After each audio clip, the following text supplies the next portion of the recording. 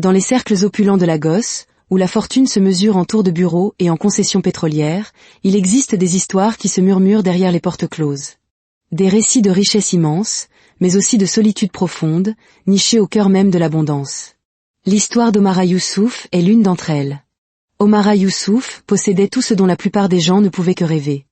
Son père, Alhaji Youssouf, était l'un des hommes les plus riches de Lagos, propriétaire de compagnies pétrolières et d'innombrables biens immobiliers à travers le pays. Sa famille vivait dans une demeure si vaste qu'Omara s'y perdait parfois. Pourtant, malgré l'argent, les voitures de luxe et les voyages à l'étranger, Omara se sentait invisible. Son père ne lui adressait la parole que pour la présenter lors d'une réception. Son frère aîné, Suleiman, était perpétuellement absorbé par la gestion des affaires familiales, et sa sœur cadette, Zénab, était l'enfant prodige, celle à qui l'on pardonnait tout. Omara, l'enfant du milieu, était coincée dans l'ombre, cherchant désespérément sa place. Personne ne semblait la prendre au sérieux. Pour sa famille, elle n'était qu'une jeune fille gâtée passant trop de temps sur Instagram. Un après-midi, alors qu'elle était assise dans sa chambre immense, faisant défiler les photos d'autres influenceurs, la frustration monta en elle. « Ce n'est pas la vie que je veux », murmura-t-elle pour elle-même. Elle aspirait à lancer sa propre ligne de mode, mais chaque fois qu'elle abordait le sujet, son père éclatait de rire. « Une ligne de mode ? Quelle bêtise ! Trouve-toi une occupation digne de ce nom, disait-il avec un geste dédaigneux de la main. Ces paroles la blessaient profondément. Il ne s'agissait pas seulement d'argent, elle voulait qu'il la voie, qu'il reconnaisse ses rêves. Mais il ne le faisait jamais. Son téléphone vibra, la tirant de ses pensées. C'était un message d'Ifeani, son meilleur ami. Ifeani était tout le contraire des personnes polies et prétentieuses qui composaient le cercle social de sa famille. Il avait les pieds sur terre, un génie de l'informatique capable de pirater n'importe quoi et de réparer le moindre gadget. Il était aussi fauché, luttant pour joindre les deux bouts. « Alors, comment va mademoiselle la milliardaire ?» texta-t-il avec un émoji rieur. Omara leva les yeux au ciel et répondit « Je m'ennuie à mourir. Viens. » Moins d'une heure plus tard, Ifeani était dans sa chambre, grignotant un sac de chin-chin qu'il avait subtilisé dans la cuisine. « Alors, quoi de neuf dans ta vie glamour ?» la taquina-t-il, affalée sur son canapé. Omara lui lança un coussin. « Arrête, Ifeani. Je suis sérieuse. J'en ai assez de cette vie. Je veux faire quelque chose de grand, quelque chose qui forcera mon père à enfin me respecter. » Il haussa un sourcil. « Comme quoi ? Reprendre une de ses compagnies pétrolières. »« Non, » dit-elle en se redressant. « Quelque chose auquel il ne s'attendrait jamais. Quelque chose qui le secouera jusqu'à la moelle. » Ses yeux s'illuminèrent alors qu'une idée prenait forme dans son esprit. « Et si j'organisais mon propre enlèvement ?» La mâchoire d'Ifeani tomba, et il faillit s'étouffer avec son chin-chin. « Attends, quoi ? Tu es folle ou quoi ?» La voix d'Omara était maintenant assurée, comme si l'idée mûrissait en elle depuis longtemps. « Réfléchis, Ifeani. Mon père me remarque à peine, sauf pour me dire que je gâche ma vie. Mais si je disparais, s'il pense que j'ai été kidnappée, il réalisera enfin à quel point je compte pour lui. » « Et que se passera-t-il quand il découvrira que c'est faux ?» demanda Ifeani en croisant les bras. « Parce qu'il le découvrira. Et alors, tu crois qu'il te pardonnera ?» Omara haussa les épaules. « Il n'a pas à le découvrir. Tu es un génie de la technologie. Tu peux gérer les appels, les messages, tout. Nous ferons en sorte que ça paraisse réel. Et quand tout sera fini, j'utiliserai l'argent de la rançon pour lancer mon entreprise. Je serai enfin libre. » Ifeani la dévisagea, un mélange d'incrédulité et de curiosité sur le visage. « Tu as vraiment bien réfléchi à tout ça, n'est-ce pas ? » « J'ai eu beaucoup de temps pour réfléchir, » dit-elle avec un petit sourire. « Alors, tu es partant ?» Il soupira et passa une main dans ses cheveux. « C'est complètement fou. Vraiment insensé. Mais si quelqu'un peut réussir ce coup, c'est bien nous. » Omara sourit. « Voilà l'esprit. Maintenant, planifions ça correctement. » Au cours des jours suivants, ils peaufinèrent chaque détail. Ifeani utiliserait un modulateur de voix pour les appels de rançon. Ils choisirent un entrepôt désaffecté aux confins de Lagos comme cachette. Omara prépara même un petit sac avec des vêtements et des provisions. « Nous demanderons 50 millions de Naira, » déclara Omara un soir. « C'est une somme raisonnable, ni trop élevée, ni trop basse. »« Raisonnable ?» rit Ifeani. « Omara, 50 millions, ce n'est pas une petite somme. » Mon père les a, crois-moi, affirma-t-elle avec confiance. Il ne le sentira même pas passer. Ifeanyi hocha la tête, bien qu'il conservât des doutes. D'accord, mais quel est le plan B si quelque chose tourne mal? Omara écarta sa question d'un geste de la main. Rien ne tournera mal. L'équipe de sécurité de mon père est bonne, mais ils ne pourront pas te tracer. Tu es bien trop malin pour ça. Il ne semblait pas convaincu, mais décida de ne pas insister. D'accord. Rappelle-toi juste qu'une fois que nous aurons commencé, il n'y aura pas de retour en arrière. Je sais, dit-elle, la voix ferme. Allons-y. Le jour de l'enlèvement arriva. Omara annonça à sa famille qu'elle sortait voir des amis, comme à son habitude. Personne n'y prêta attention. Quelques heures plus tard, Ifeanyi envoya le premier message de rançon à Alhaji Youssouf. Votre fille est en notre possession. Si vous la voulez vivante, virez 50 millions de Naira sur ce compte sous 48 heures. Pas de police, ou elle meurt. Le message était bref et glaçant. Alhaji Youssouf le lut dans son bureau. Son visage s'assombrit, mais à la place de la panique, ce fut de la colère qui l'envahit. Quelle est cette mascarade? Marmonna-t-il. Il appela son chef de la sécurité, qui l'assura qu'il traquerait les ravisseurs. Alhaji Youssouf décida de ne pas impliquer la police pour l'instant, afin d'éviter toute publicité négative. Pendant ce temps, Omara se prélassait dans l'entrepôt, consultant son téléphone. Des nouvelles? Texta-t-elle à Ifeanyi. Ton père n'a pas encore répondu, répondit-il. Mais ne t'inquiète pas, il le fera. Omara eut un sourire suffisant. Pour la première fois depuis longtemps, elle avait le sentiment de contrôler sa vie. Elle était loin de se douter que les choses étaient sur le point de lui échapper complètement. Assise sur le sol froid de l'entrepôt, Omara fixait l'écran de son téléphone. La lueur illuminait son visage dans la pénombre, révélant un mélange d'excitation et de nervosité. Son père n'avait toujours pas répondu, mais elle se disait que ce n'était qu'une question de temps. Il paiera. Il le doit, se murmura-t-elle, jetant un regard circulaire à l'espace poussiéreux. Ifeanyi avait tout préparé à la perfection. Le modulateur de voix fonctionnait à merveille, et la fausse voix de ravisseur était terrifiante au téléphone. Personne ne se douterait de rien. Pendant ce temps, au manoir des Youssouf, Alhaji Youssouf arpentait son bureau. Le tic-tac de l'horloge murale emplissait le silence. Son chef de la sécurité, Bala, se tenait près de la porte, l'air mal à l'aise. Bala, ce genre d'absurdité ne devrait pas arriver dans ma famille, dit Alhaji Youssouf, sa voix tranchante et furieuse. Qui oserait enlever ma fille? Bala s'éclaircit la gorge. Monsieur, nous essayons toujours de tracer le numéro. Le message provient d'une ligne intraçable, mais mes hommes y travaillent.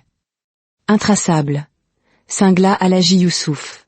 À quoi je vous paie, si vous ne pouvez même pas tracer un simple message? Nous les trouverons, monsieur, s'empressa de dire Bala. Ces choses prennent du temps. Du temps? La voix d'Alhaji Youssouf monta. Ils m'ont donné 48 heures. S'il arrive quoi que ce soit à Omara, je vous tiendrai pour responsable. Alhaji Youssouf reprit son téléphone, ses mains tremblant légèrement, non pas de peur, mais de rage. Ce doit être l'œuvre d'un amateur qui s'imagine pouvoir me défier. Ils ne savent pas à qui ils ont affaire. Il composa un autre numéro et attendit. Oui, c'est Youssouf. J'ai besoin d'un service. En toute discrétion. Dans l'entrepôt, l'ennui d'Omara commençait à poindre.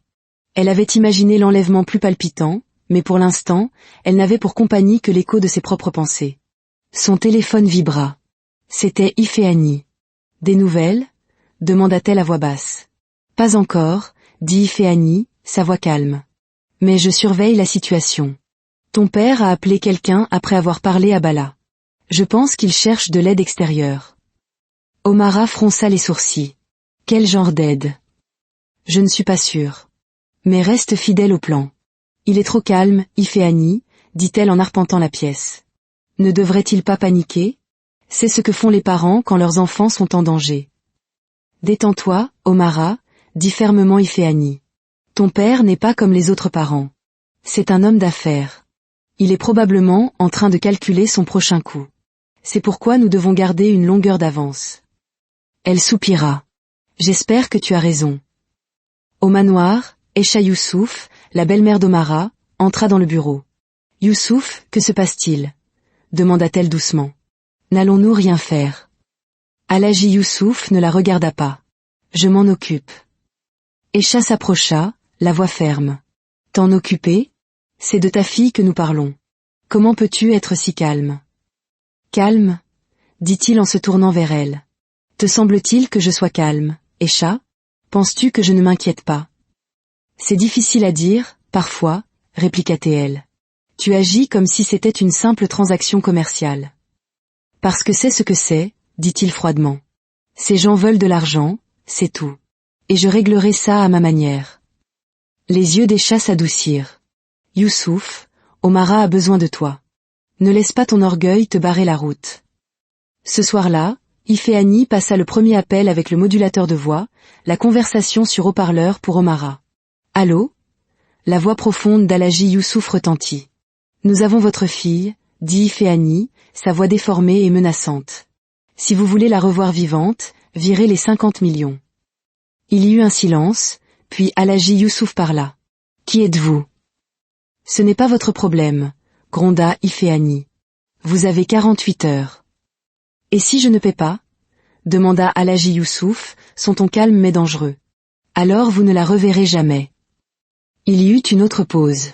Je ne sais pas qui vous êtes, mais vous avez fait une grave erreur. Vous le regretterez. La ligne fut coupée. Omara fixait le téléphone, le cœur battant. Pourquoi avait-il l'air si calme? Iféani haussa les épaules. Je te l'ai dit, il calcule. Ne t'inquiète pas, il finira par céder. Mais au fond, ni l'un ni l'autre n'en était si sûr. Le lendemain matin, Alaji Youssouf examinait les informations recueillies. Monsieur, nous n'avons toujours pas pu tracer l'appel, mais le numéro de compte est lié à une carte SIM non enregistrée, rapporta Bala. Alaji Youssouf hocha la tête, le visage sombre. Continuez à creuser. Aïcha entra de nouveau.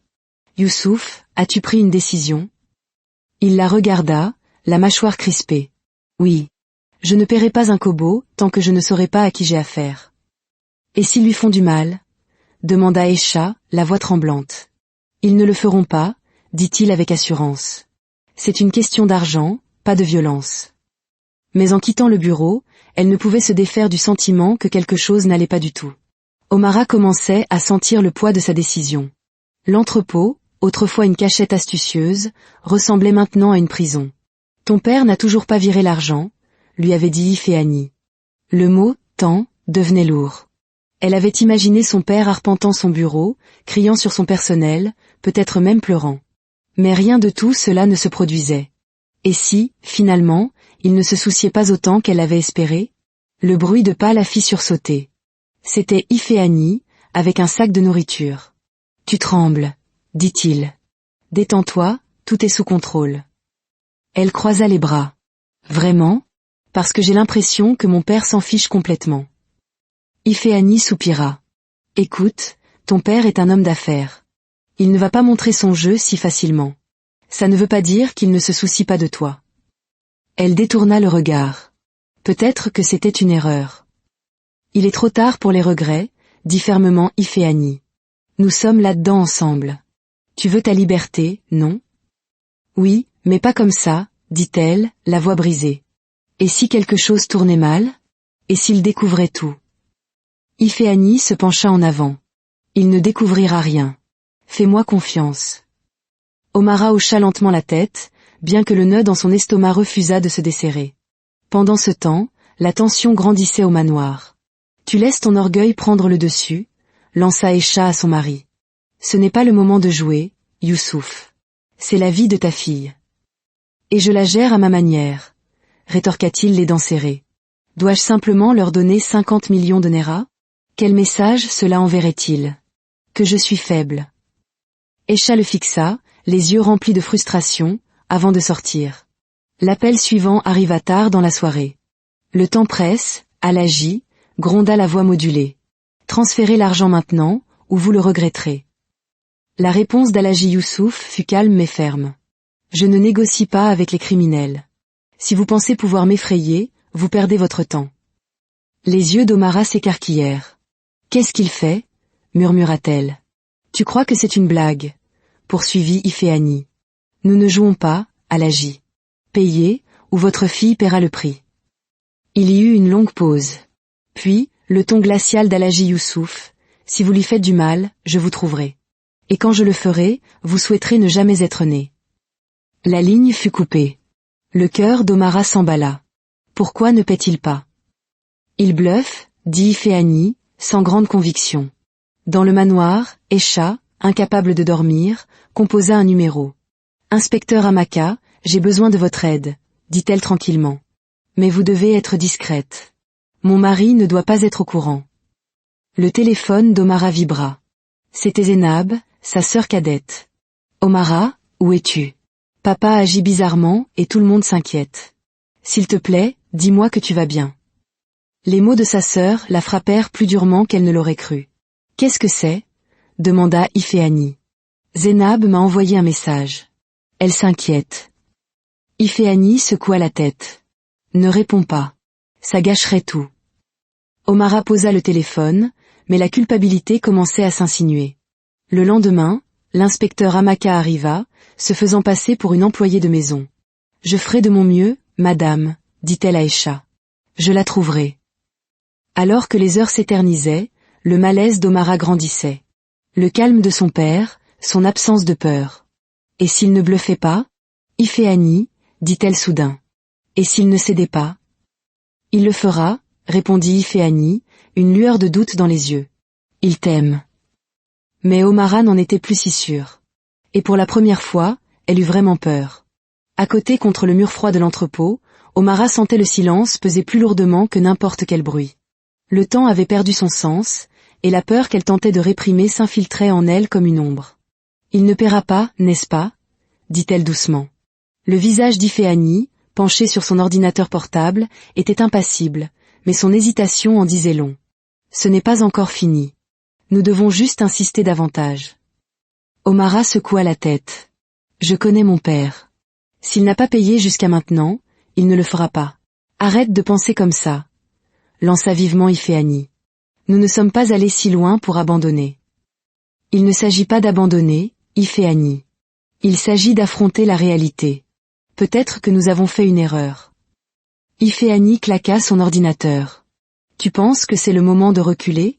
Nous sommes en plein dedans, Omara. Il n'y a pas de retour en arrière. Et si c'est déjà trop tard? Rétorqua-t-elle. S'il sait que c'est faux? S'il attend juste de nous piéger? Tu réfléchis trop, dit-il, frustré. Il ne sait rien. Nous avons été prudents. Vraiment? Demanda-t-elle, la voix montant. Je n'en suis plus si sûre. Pendant ce temps, l'inspecteur Amaka faisait son rapport à Aisha. Votre mari est un homme très prudent. Il ne se comporte pas comme un parent de victime typique. Je pense qu'il soupçonne quelque chose. Quoi donc? Fronça les sourcils Aisha. Peut-être qu'il pense que quelqu'un de proche est impliqué. Le souffle d'Aisha se coupa. Vous croyez qu'il sait que ce n'est pas réel? Je n'ai pas assez de preuves pour l'affirmer, mais son comportement suggère qu'il joue son propre jeu. Ce soir-là, un autre appel fut passé. Avez-vous pris votre décision, Alaji? Demanda la voix déformée d'Ifeanyi. La réponse d'Alaji Youssouf fut calme, presque dédaigneuse. Je vous l'ai déjà dit, je ne négocie pas avec des criminels. Le temps presse, gronda Ifeanyi. Payez la rançon ou votre fille en paiera le prix. Si vous lui faites du mal, répondit Alaji Youssouf, vous le regretterez. C'est une promesse.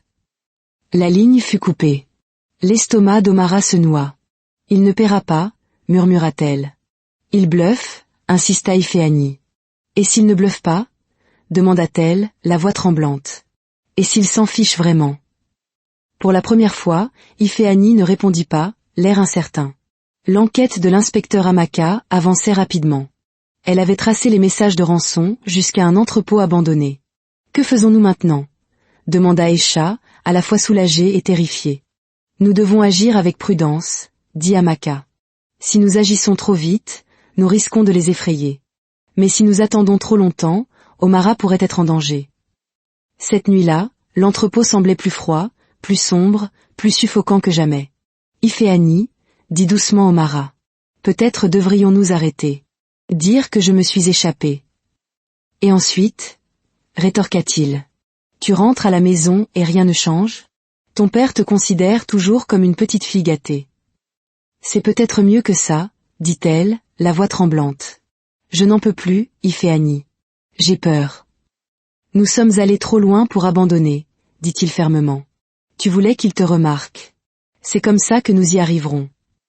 Elle secoua la tête, des larmes coulant sur son visage. Je veux juste rentrer à la maison. Avant qu'Iféanie ne puisse répondre, des bruits de pas résonnèrent dans l'entrepôt. Ils se figèrent tous les deux, les yeux rivés sur la porte. Quelqu'un approchait. Le cœur d'Omara battait la chamade. Qui est-ce? Murmura-t-elle, la voix tremblante. Iféanie lui fit signe de se taire, saisissant une petite barre de fer. Reste derrière moi. Les pas s'arrêtèrent. Le silence qui suivit fut assourdissant. Puis, la porte grinça en s'ouvrant. Une silhouette se dessina dans l'ombre. Qui est là? Demanda Iféanie. La silhouette leva les mains. Détendez-vous. C'est moi. Une voix familière. Zénab. Sa sœur cadette entra dans la lumière, le visage marqué par l'inquiétude. Omara, que se passe-t-il? Omara sentit ses genoux flageoler et serra sa sœur dans ses bras. Zénab, comment m'as-tu trouvé? Je l'ai suivi, dit-elle en désignant Iféanie. Je me doutais que quelque chose n'allait pas, alors je l'ai surveillé. Tu n'aurais pas dû venir, grogna Iféanie. C'est dangereux. Ce qui est dangereux, rétorqua Zénab, c'est que ma sœur simule son propre enlèvement. Avez-vous une idée de ce que vous nous avez fait subir? Omara détourna le regard, rongé par la culpabilité. Je ne voulais pas que ça aille si loin. Je voulais juste que papa me remarque. Le visage de Zénab s'adoucit. Omara, ce n'est pas la bonne façon de faire. Nous devons arrêter ça avant que ça n'empire. Elle a raison, admit Iféanie. Ça nous échappe. Ton père ne réagit pas comme prévu. Que faisons-nous maintenant? Demanda Omara, la tête entre les mains. Nous disons la vérité, affirma Zénab. Nous allons voir papa et nous lui disons tout. Tu es folle? Intervint Iféanie. Il ne lui pardonnera jamais. Il pourrait même porter plainte. Et quelle est l'alternative? Rétorqua Zénab. Rester caché ici jusqu'à ce qu'il le découvre par lui-même? Parce qu'il le découvrira, Iféanie. Il n'est pas stupide. Au manoir, Alhaji Youssouf regardait une photo d'Omara, un tourbillon d'émotions en lui, colère, frustration et une inquiétude qu'il s'autorisait rarement. Bala entra. Monsieur, nous avons une piste sur l'emplacement des ravisseurs.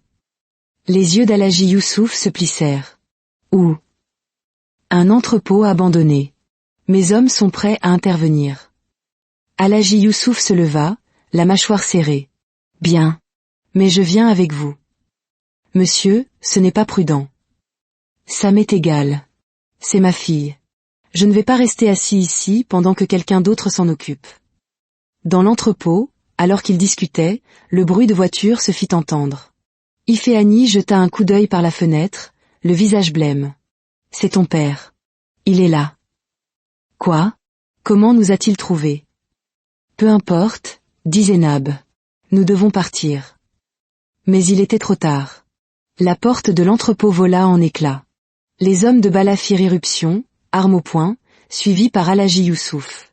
Son regard balaya la scène avant de se poser sur Omara. Omara, dit-il, sa voix un mélange de soulagement et de colère. Elle resta figée. Papa, je peux t'expliquer.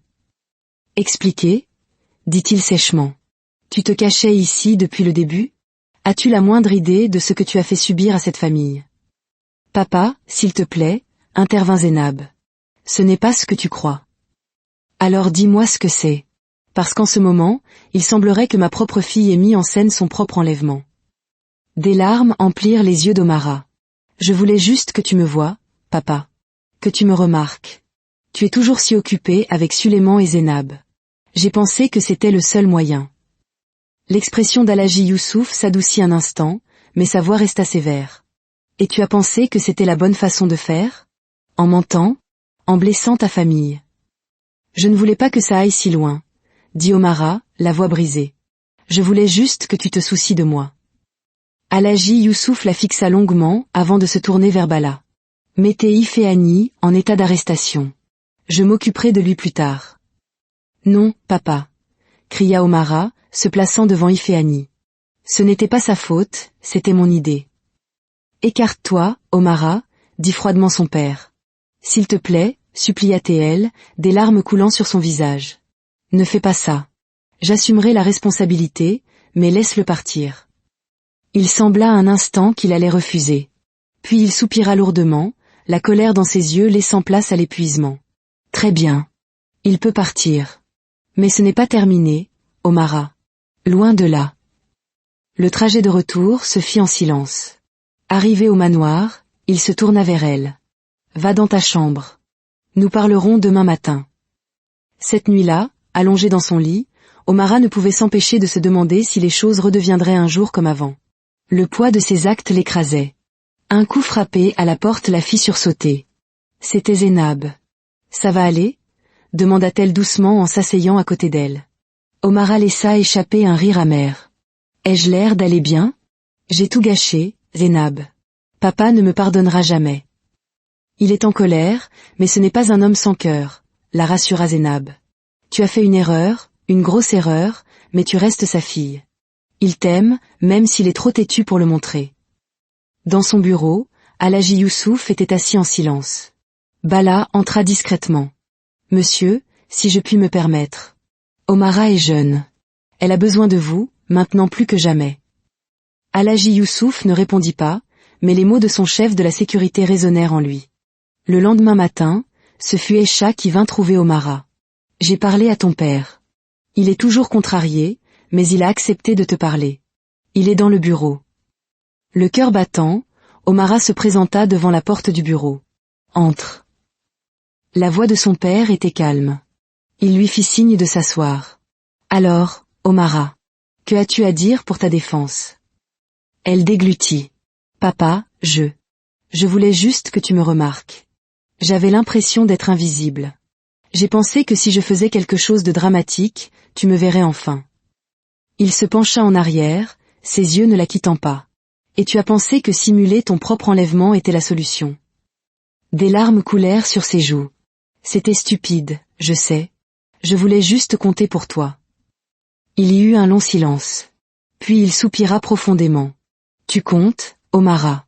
Plus que tu ne l'imagines. Mais ce que tu as fait était imprudent et dangereux. Il se leva et s'approcha d'elle. Nous allons arranger ça. Ensemble. Mais tu dois me promettre, plus de mensonges. Si quelque chose te préoccupe, viens me parler. Peux-tu faire ça ? Elle hocha la tête. Je te le promets. Il la serra dans ses bras, et pour la première fois depuis longtemps, elle sentit la chaleur de son amour. Ce soir-là, la famille était réunie.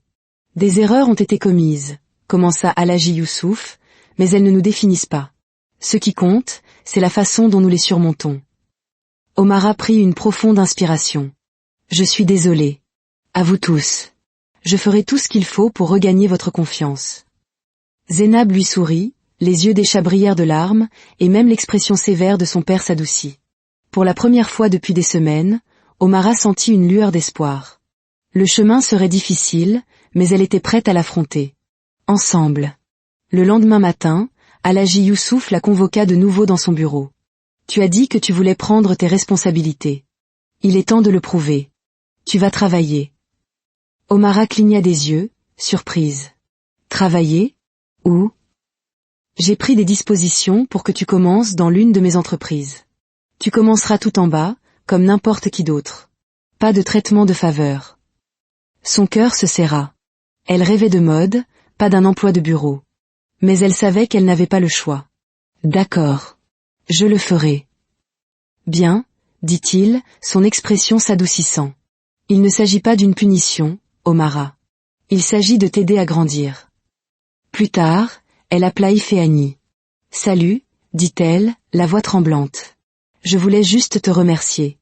Et je suis désolée. Je t'ai mis dans une situation terrible. Il y eut une pause. Tu as vraiment tout gâché, Omara, soupira Théil. Mais je sais que tu ne voulais pas que les choses aillent si mal. Ne m'entraîne plus jamais là-dedans. Je ne le ferai pas, promit elle. Papa me fait travailler dans l'une de ses entreprises. Ifeani eut un petit rire. Eh bien, ça promet d'être intéressant. Bonne chance avec ça. La semaine suivante, Omara commença son nouveau travail. Elle se sentait comme un poisson hors de l'eau. Personne ne semblait se soucier qu'elle soit la fille du patron. À midi, épuisée, elle s'assit seule à la cafétéria. Une de ses collègues, une femme nommée Tolu, s'approcha. Je peux me joindre à vous. Bien sûr, dit Omara, reconnaissante. Les premiers jours sont difficiles, n'est-ce pas? Sourit Tolu. Ne vous inquiétez pas, ça devient plus facile. Posez des questions, écoutez, et faites de votre mieux. Omara se sentit un peu mieux. Ce soir-là, à la maison, l'ambiance était plus légère. Comment s'est passée ta première journée? Demanda son père. C'était un défi, mais je pense que je vais m'y faire. Bien, dit-il en hochant la tête. C'est tout ce que je demande. Nous sommes fiers de toi, Omara, ajouta Esha. Faire ce pas n'est pas facile. Les semaines passèrent. Omara luttait toujours pour suivre le rythme, mais elle s'accrochait. Un jour, elle fut affectée à un projet de groupe pour créer une nouvelle campagne marketing. Nerveuse, elle hésita, puis leva la main. J'ai une idée. Et si nous nous concentrions sur l'impact émotionnel du produit? La salle se tut. Le chef d'équipe la regarda un instant, puis hocha la tête. Pas mal. Partons de là. Bientôt, toute l'équipe rebondissait sur son idée. Omara sentit une petite vague de fierté. Ce soir-là, dans le jardin, elle raconta sa journée à Zénab. On dirait que tu trouves tes marques, sourit sa sœur. Je t'avais dit que tu en étais capable. Omara sourit à son tour. Ce n'est pas facile, mais j'essaie. J'espère juste que papa le voit. Il le voit, assura Zénab. Il n'est juste pas doué pour le montrer. Mais crois-moi, il est fier de toi. Pour la première fois depuis longtemps, Omara sentit qu'elle était sur la bonne voie. Le chemin vers la reconnaissance est souvent sinueux, pavé non pas d'or, mais d'épreuves et de vérités difficiles à accepter. Et même si le voyage à venir serait difficile, elle savait qu'elle n'était plus seule.